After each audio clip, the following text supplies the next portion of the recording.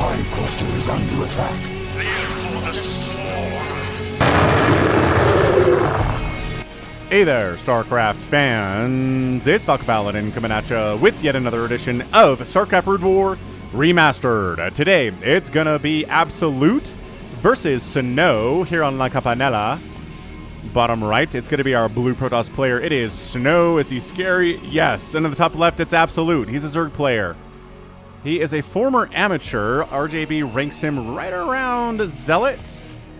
And right around True, and just below, what was that name again? Terror at this point. So he is a pretty excellent Zerg player, but man, Snow is on such a tear these days. So this is La Campanella, which, after Googling, is the name of Franz Liszt's piano piece that he composed. Apparently it's the hardest piano piece to play in the entire world. But that was just from a YouTube video that I saw, so maybe that's wrong. There's a cross in the middle here, which leads me to believe maybe La Campanella has a religious significance of some kind to Christians. I don't know. Honestly, have no idea. I'm gonna hear 1,000, 9,000, 5,000, 3,000, 2,000, or 200, 100. I'm an idiot. So it goes 100, 300, 500, 1,000, 900, 500, 300, 200. 100, 500, 500, 100. There's got to be something here. Wait. 15. I was thinking this was like a date or something, but nah. Just like decreasing mineral counts the further you get away from the center here. Whatever. What do we got? We got ourselves a natural base that's on the same footing and same grounding as your main. A little bit weird. We have a third base you can take, but tanks can park up here, and like Dragoons can kind of park up here, maybe. Harass you a bit with a little bit of vision. Lurkers too can park up here, cause you all sorts of trouble. Not fun here on La Campanella. So we'll see if those bases get taken or not. Probe scouting around. Hasn't quite found where our guy is. Oh, did he scout top right and then cross bottom left? He did. Interesting here from Snow. So gonna hop on in and see. Oh, what up? It's Terry the Overlord here. So he's like, well, the third player's not here. Probably top left. I mean, that's the only place I haven't scouted yet. So yeah, that's where he be. That's not a hatch first time, is it? Nope.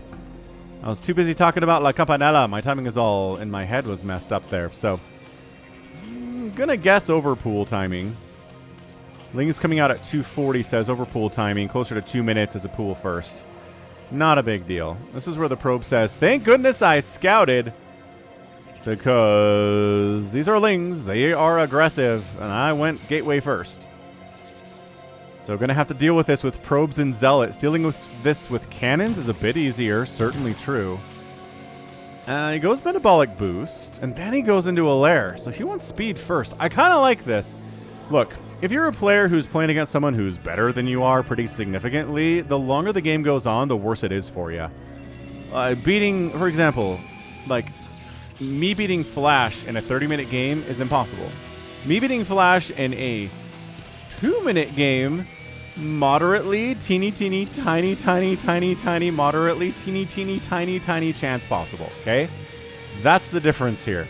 So keep the game short. Get these Lings out. Try to get some damage done. Let's see how this goes for Absolute. And man, I just finished up 2 separate campaigns of Baldur's Gate 3. I played through the campaign twice already, which is awesome. I've really enjoyed both playthroughs. And the villain is the Absolute. So it makes me kind of think about Baldur's Gate 3 when I hear Absolute. Some of you guys probably think about alcohol. Anyway, what do we got? This is just not working. I don't know about committing more Lings to this thing at all. This is Snow, right? He's not going to make a mistake here. Oh, maybe you're going to lose this. Okay, hang on. Losing this gateway could be a bit... Zealots are like, wait, are we going to lose this gateway? Are we? Yes, we are. But there are 0 Zerglings remaining to take advantage of it. That sucks. That was not worth it, right? You killed the gateway, but you lost like 20 Zerglings. The economies do not make up for it. 24 to 14 workers now in favor of the Protoss. Absolute is playing this like I would play it, man. I'm like, okay, those Lings.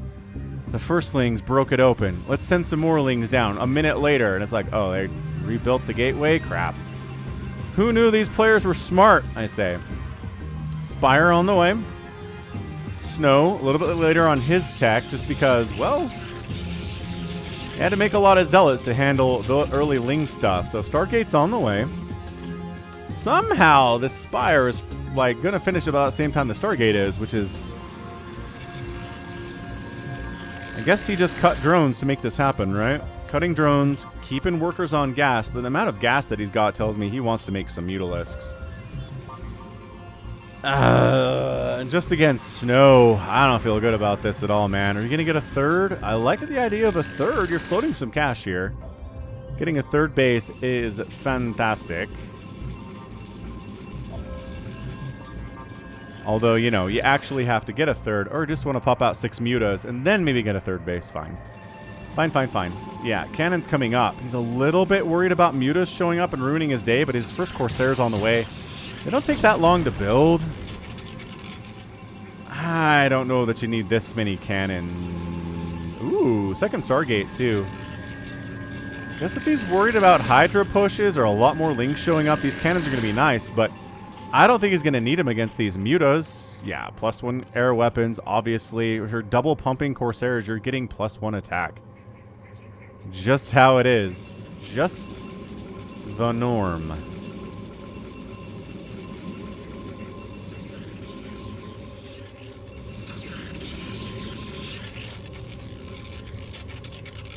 Alright, well, we've seen this story before. It's a +1 Corsair play with cannon support and Dragoons against 0/0 mutas. I mean, the stacking is good. Any Zerg player worth their weight here is going to be good at muta stacking. I'm glad to see Absolutes on top of it. His APM's 400 as well. He's playing fast. He's got a third base coming up back home. He's been droning up a little bit behind this. He's up to 23 drones, but has 35 probes on the other side for Snow. And I mean, just kind of Snow, you know? Oh gosh, that Corsair count, it's big, and he's making 2 more. Maybe it's just go home time. At least he didn't overcommit to mutas. He didn't make, you know, 10 of them, 12 of them, and say, let's go. Love this macro hatch, too.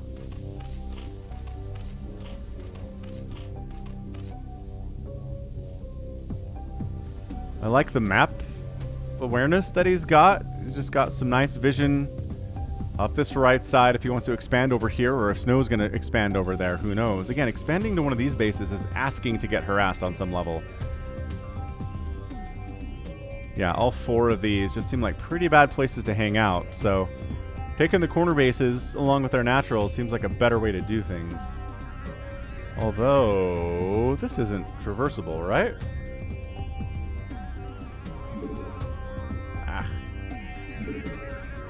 It is. How do you get up? Oh my gosh. Okay, so all you gotta do is come up a ramp? Wait, no. You gotta drop in here. Ah, that's how they balanced it. Okay. Seems like a fine place to expand too, but again, doable. So yeah, so you have to drop here, come up this ramp, and then you have access to this, but whatever. Weird map, dude. Super weird. So Snow says, let's see, about 46 to 25 workers. These Scourge are not getting connections. Holy Scourge count, though. Holy Scourge-a-rooney here. Split the Corsairs. Can't. Oh my gosh, the Corsair micro here is brilliant. Look at this. Oh, he did take a hit. And he just wipes everything else out. I think he lost 1 into the third base, though. Zealots. Mutas can clear out the Zealots eventually, but a lot of drones are going to die. And the Corsairs are busy, so... Oh, hang on. Does he see these ones? Free hits! Did he kill... he might have killed a single Corsair there. Not enough, man. Not enough. So yeah, we've seen games where you can go Mutalisks against a +1 Corsair opening player, and it's not the end of the world, but this is not one of those games. The supply block is on for Absolute. Okay, like really, really bad. 4 Overlords at a time are being produced. Look, the Corsairs are like, we don't even have to micro. We're just gonna stand here and kill you. Who needs DTs? We're just gonna beat you with Corsairs. Okay, and Zealots, in fairness, and Zealots. Yep, Scourge, no. Scourge, no. One Corsair died. GG. Woof. Yeah, that's it. Game 1 of our sneaky twofer is over. Snow gets the win just with a whole ton of +1 Corsairs out of 2 Stargates. And, you know, some Zealots, right? Some slow Zealots. Speed was on the way, but not done yet. Yeah, this is just absolute, man. That was some pretty sick little Corsair micro, though. That was a lot of fun, right? That was a ton of fun. In the end, though, when you have enough Corsairs that you're just like, I don't care if I lose one. I'm going to kill every one of these Mutas and all of these Scourge. It'll be cost efficient for me anyway. Woof. So yeah, a bit of an expected outcome, I'd say, in game 1 there. 37,000 points to 28,000 points in favor of Snow. Got outproduced by the Zerg, but a 54 to 12 kill death ratio is pretty good. If you're Protoss, if you're Terran, if you're Zerg, that's a good kill death ratio. And yeah, if you outspend the Zerg player by 3,000 resources in 10 minutes, you probably won. All right, GG. Game 2 coming up next. Hit that like button if you haven't already. Game 2 is on Retro 1.2. Top left, Brown Protoss Snow. Top right, Absolute, our Zerg player. He's blue. All right, Absolute. I can see why you are ranked in the lower echelons of Zerg players. And I'm wondering why RJB sent me this sneaky twofer. Can you outplay Snow? Eh? We will see. A little bit of eye emoji here. 2,600. My phone is charging in the other room. I would try to Google Translate this for you, but not happening. All right, man. So yeah, try to go early Ling pressure against a Protoss who's gonna scout it and who's gonna deal with it. Yeah, lost a gateway, but so many Lings died in that game 1 that it just was not worth it. And then double pumping Stargate units into Mutalisks. It's a tough go. Tough go of it there from Absolute. Let's see if you're on Retro. What about this map is Retro exactly? Well, you got a big old mineral patch in the middle. No gas to speak of. It's just general 4-player map, you know? High ground expansions. Do they all have narrow ramps leading up? They do. That's kind of nice. If a Zerg player wants to get a 3rd base, it's really not too bad for them. Not too hard to hold. I'm down. This is really chitty-chattery, though, isn't it? I wonder if they're talking about the last game. I wonder if these were played kind of back-to-back. Oh, he's overpooling again. I mean, look, it's safe. It's economical. You did get scouted immediately by Snow, so it's nice that you overpooled instead of hatch first against the Zealots that are coming your way. Gotta respect it. It worked out for you, man. Because guess who's on the way? Robert the Zealot. Robert the Zealot, shirts and mugs available at falconpaladin.store. Yeah, Probe's in here just scouting around, just getting free looks. 2 sets of Lings on the way. Doesn't have the larva to go for that 3rd set. And here we go. Zealot race walking his way across the map as Zealots do. Hoop, hoop, hoop, hoop, hoop, hoop, hoop, hoop. And then he stops. Why would you stop here? He's trying to juke this Overlord. Look, dude. Overlord sees you. Zealot says, do I want to fight 6 Lings out in the open? Not really. Not without a friend. And the other Zealot shows up and says, you got a friend in me. You got a friend in me. Expanding now is Snow. Still no gas. He's like, I'm just going to Zealot kill this nerd. I've seen Bisu do it. I can do it too. Like this 3rd base timing, though, out of Absolute quite a bit. So slow Lings kind of suck at catching stuff, but fast Lings are the best at catching things. Oh, this is... Oh, Jukes. The Jukes. Actually, I went to high school with a kid named Jukes. I mean, that wasn't his first name. His last name was Jukes. But it was always fun to yell his name across the hallway. Hey, Jukes! Alright, Zealots are like, you know what? I'm not going to catch any Zerglings. Finally, scouting probe dies. Can the Lings? Yes, the Lings can save this third base. There are enough of them. They'll get there in time. There are no more Zealots coming across the map to try to shut this down. Zealots are like, the Lings should be arriving soon. There they are, quick! Behind the mineral line for sneaky times, they say. Now, you can only attack us with one Ling at a time. Two Lings, actually. Oh, but this Zealot can attack... Oh, this Zealot. I mean, 3 kills is not bad, but man, allowing 2 Lings to attack at a time is really bad compared to 1. There's your lair. Is this another lair? No, this is lair ahead of speed this time, so a little bit more standard on the build order. So far is absolute. He's got to feel pretty good about that. Snow Cybernetics Core coming in. Again, a tiny bit late because he made all the Zealots this time for offense rather than for defense like we saw in game number 1.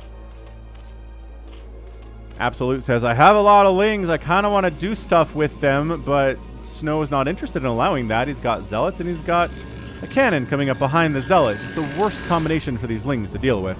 I guess if there was a Reaver back here, that'd be worse, but still, pretty bad for this stage of the game. Worst possible now.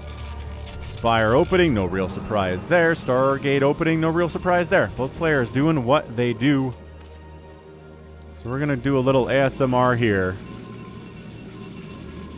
with these probes and watch the production tab.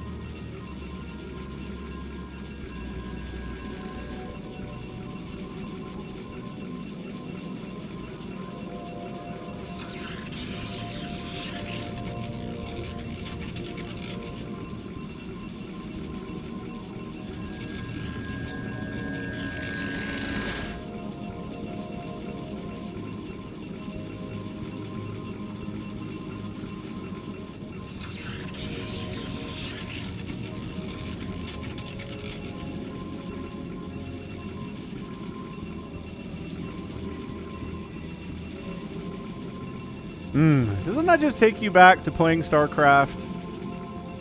At 2 a.m. you should be in bed, you have school tomorrow, but instead you're playing the Protoss campaign.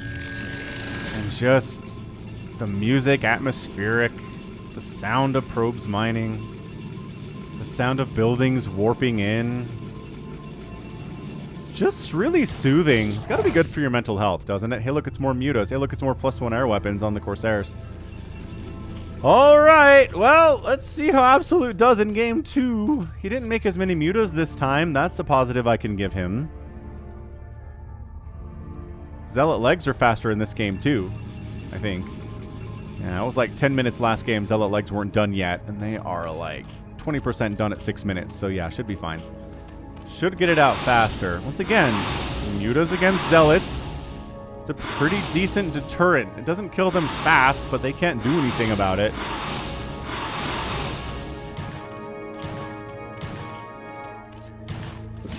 Ow. Oh, gosh. Yeah, that Zealot is dead. I don't think he got a single attack off before he died. Rest in peace, Robert. You're not Robert, but, you know, he looks like Robert, so that's fair. Let's see. Templar Archives on the way. Maybe for a little Storm-a-rooney. Little storm action. Corsair Ball. We don't, we're not making 2 at a time because we only have 1 Stargate this game, so we're going to hang out by these cannons just in case. Like 20 Scourge arrive, which would be pretty bad. Pretty hard to afford, honestly, from Absolute. But hey, weirder things have happened if you cut drones, yeah? Evolution Chamber coming in. Flyer Carapace on the way. And the Queen's Nest at 7 minutes. All right, okay. Okay. I think we got something figured out here.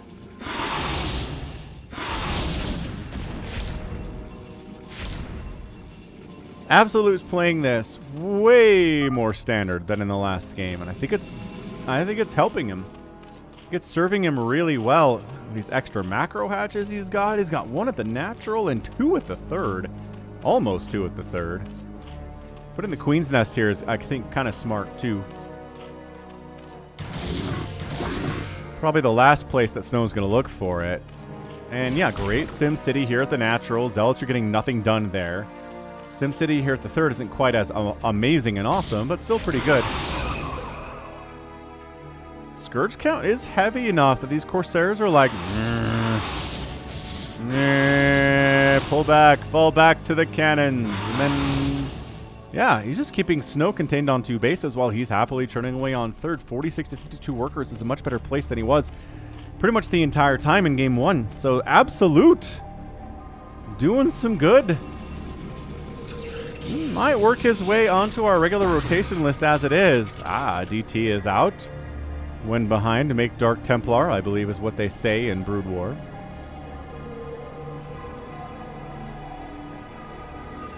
So Zealots of Legs, we know that. +1 attack, also true. +1 Carapace. +1 Carapace is actually done for the Mutas and Scourge, but +2 Flyer Carapace is on the way. No. Don't chase. Oh, they got 1. Well, they got 2. All right, fine. It worked out. I would have not have tried that, but Absolute has 450 APM, so he can do things I can't do. He's also macroing while doing that stuff, which is, I don't know how they pull that off. I really don't. And the early Queen's Nest means a hive at sub 10 minutes. Pop goes the Weasel. Excellent job. And I don't know. Do we want to work on I mean, Adrenal's a fine upgrade to get at 9 minutes. I'm not going to say no to it against these Zealots especially. He's also working on +1 melee, +1 ground Carapace. These are going to be 1/1 Lings with Adrenal fairly soon. In time for this attack? Well, I don't know. Snow's kind of going home. Snow's considering getting a third base up here. Zerg player... Oh, can he shut that down? Maybe with enough 1/1 Adrenal Lings. He's making more Mutas. Try to make this Muta thing work. Snow says, I don't think I have enough. See, and the good thing about having the Flyer Carapace for the Mutas is that the Corsairs do little bursts of damage really quickly, right? So that helps, but what doesn't help is they do splash damage. And Mutas that are stacked up, even if they've got armor, are still going to die pretty quick to a bunch of Corsairs going pew, pew, pew, pew, pew, pew, pew. It's not quite as fast if they had 0 armor, but, you know. Dude, Absolute. Trying to redeem himself after a pretty horrendous game number 1. Nice little storm dodge there on these Mutas. He's got the Adrenal and the 1/1 on these Lings. That doesn't mean you can fight Zealots 1-to-1, guys. It's like more of a 3-to-1 ratio you can beat them with at this point. Okay. Well, Scourge trying so hard to get connections on these Corsairs. Trying to come up the backside and connect. That goes pretty poorly for them, actually. They're baiting storms out. Oh, nice connection there. And the remaining Corsairs, there's 3 of them. They got that +1 attack. This is a pretty scrappy battle for the third base. It is on the way, and it looks like Snow has held it for now. It's not a huge army defending it. A bunch of Lings trying to come up this ramp, but like I said, you're good against Zealots, but not necessarily when they're positioned as well. They're not getting surrounded. Ultralisk Cavern on the way. This is pretty scraptastic. Corsairs. Oh. Storm dodging has honestly been pretty good on these Mutas. I think a bunch of Scourge have died to it. This is not enough Lings to really get much done, I'm afraid, Absolute. Maybe if you, like, target fire down a High Templar would be cool. Can you get this Archon? No. No, you cannot. Interesting place for a 4th base left side. Again, there are these bases with little narrow ramps that are pretty easy to defend if you want a 4th base. Okay, that was a good storm. 11 kills on that High Templar. It's fine. Fine. Psionic Storm's good unit. Super, super balanced, every Zerg player would say. Greater Spire on the way. And Chitinous Plating. Can you afford all of this on 3 bases? That's why I'm getting a 4th base. Falcon, says Absolute. That's how he talks. He's very... very deep voice. Very impressive sounding. That Zealot scout this. I think the Zealot scouted this. And so now Snow has to decide, can I defend this adequately and come wipe out this 4th base? And he says, yeah, absolutely. I'm Snow. I can do whatever I want.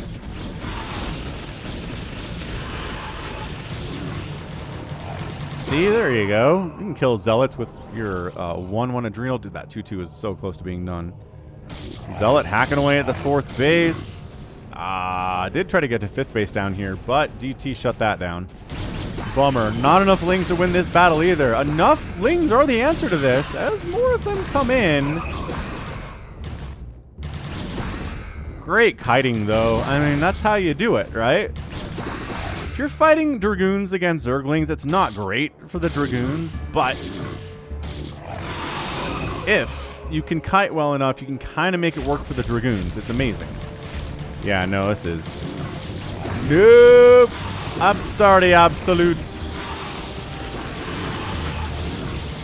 You don't get a 4th base. You don't get a 5th base. You're a 3-basing Zerg to a 3-basing Protoss. Guardians are trying to shut down the 3rd base of Snow. Hold on. Hold your horses. We never see Guardians in this matchup. At least not like this. Well, the Corsairs show up and they're like, well, that's kind of our job, right? Mutas snip off one of the Corsairs. Hold on. Stop drifting into cannon range, boys. That's okay, say the Lings. We got the cannons. We have 2-2 and Adrenal at 15 minutes. The Mutas, yeah, we're doing okay against the Corsairs, but then a Storm popped in. Great Storm there, too, but there are enough 2-2 Lings to shut this Nexus down. All right, Absolute. Absolute. Throwing in a question mark. I feel like that's bad manner, whatever that was in Korean. Somebody will translate this for us. An offensive GG from Absolute. Oh, he's expanding down here and down here. And he's just knocked Snow down to 2 bases with a Guardian push. Of all things, he's making more Mutalisks. To pick out these High Templar, no doubt. But it counters these Reavers if you got a lot of Mutas, that's for sure. Dude, Snow being on 2 bases at 15 minutes is insane. Did Absolute just take a map off of Snow? From a pretty terrible position with Guardians. This is nuts. This is the darn craziest thing. One of the craziest games I've seen in a while. I now understand why RJB sent this in. Nope, sorry DT. You're not denying this non-existent base anymore. This base being alive, staying alive would be really nice for Absolute. Here we go. New 3rd base. Not as close to Guardian spawn points. Here from Snow, but man, his main base is mined out. His natural base not looking incredibly hot. And the Zerg player is officially cooking with gas. Officially on 4 bases here. Before your 3rd base is 50% complete. Not where you want it to be. +1 flyer attack is on the way. That +2 flyer Carapace is doing wonders for him. Intentionally not stacking the Mutas because we're worried. Corsairs are a problem. Sorry, DT. I mean, you're cool and everything, but no. Good scout, though. We'll take a good scout. Snow's like, Ooh, got an Archon. Got a Reaver with the Lings. Are you kidding me? Snow felt like he didn't have to pick that up. And so he sends the shuttle back home in shame. I should have picked that Reaver up. Could have saved it. Look at this. Guardians defending the 6 o'clock base. Look at this. Dragoons are like, wait, can we not get up this ramp because there's Guardians at it? This doesn't make any sense. Not at all. Mutas are like, do you have any High Templar at this base? The answer seems to be no. Okay, we got up the ramp, everybody. The Guardians are super dead. And they totally are. But the 3rd base of Snow is feeling rather equally dead. Look at all these Lings running across the map. What is this Archon doing over here? Bad pathing, maybe? I don't know. So sure, base down. GG, says Absolute. Absolute. Dude, I understand you're excited about this, but maybe you don't offensive GG Snow. Dude, show some respect. Yeah, this Archon's down. That's it. If you're a 2-basing Protoss at 18 minutes versus a 4-basing Zerg, yeah, you killed your own Zerg hatcheries. Great job. I don't know these work. I think Snow just stopped microing. Oh, we did get a storm drop down here. Still 43 to 25 workers. And the shuttle got wiped out. That's your GG. Wow. Snow taps out Absolute, gets a win. in game number 2 of our sneaky twofer. I mean, incredible. Incredible. Kind of on the back of Guardians, which, sure, that's totally viable against Snow. I mean, I don't know that I've ever seen Snow lose a game wherein Guardians were used, but this might be the first. This might well be the first. Yeah, this worker advantage is everything. 106 to 83 supply. I think in a direct fight, Snow would probably defeat this army. Storms are good. Zealots are good. Dragoons are good. High Templar are really good. But the speed, right? The speed of the Zerg army won this thing. Them getting up here, running into bases, sniping down nexuses before the Protoss can respond quickly enough to get there. Protoss army a little bit far away, killing a base. But hey, Absolute has another backup. Like, that's the kind of stuff we're seeing here. Yeah, Guardian's able to kill this base. Ling's swooping in through this back door before the Protoss can get up here and defend it adequately. This was a game of speed. Not that Guardians are fast, but Lings and Mutas are certainly fast. And Absolute, man. What a match. That was amazing. 108,000 points, 123 in favor of Absolute. Outproduced the Protoss by like a 5-to-1 ratio, 6-to-1 ratio, 6-to-2 ratio.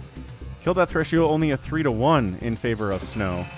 17 buildings raised to 7. Again, Snow gave his own hits here. But, yeah, outspending by about 5,000 resources, closer to 4 in 18 minutes. But it was all about the lack of income in the future from Snow that got the win for Absolute. So, GG. That was amazing. That was... Again, that was awesome. This Absolute guy. This just goes to show anyone can beat anyone, right? At this higher tier professional StarCraft players... On one map, anyone can beat anyone. Maybe you're not going to beat them 2 out of 3 or 4 out of 7, or 3 out of 5. But one game alone, you can do it. Well, again, you kind of have to be here in the first place. But anyway, that was great. That was super, super fun. So that is going to be it for me today. This has been Falcon Paladin coming at you with yet another edition of StarCraft Brood War Remastered. Go ahead, hit that like button, hit that subscribe if you like what you saw and what you heard today. You can also catch me on Twitter, Facebook, Patreon, and Twitch, all at /Falcon Paladin. And until next time, as always, thank you so much for watching, and you take care of yourself.